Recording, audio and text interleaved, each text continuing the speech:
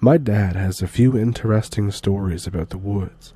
He was an avid outdoorsman, always in the woods, hunting, offloading, etc. So this was back in the 1970s, the late 70s, to be exact.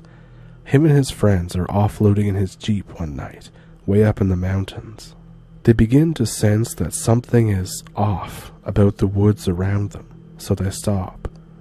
They notice that there's extremely strong winds moving in the trees in a whirling motion, and then they see lights off in the distance. It's a remote area that they've been to a bunch of times beforehand, but they decide to walk over and to check it out. They came upon what looked like to be a group of cabins from the 1920s to the 1930s. Pristine trucks from that time and era were in front of each cabin, lanterns hanging outside of each cabin that were recently lit. They knock on one of the doors. There's no response, so they go into the cabin. The door is unlocked. The cabins look brand new inside, but no recent technology.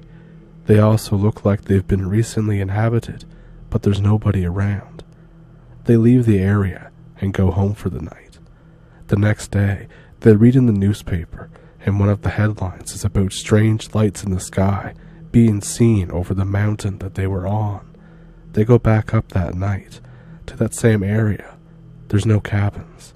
He always maintained that this was one of the strangest things that he's ever experienced in his life, and has no explanation for it.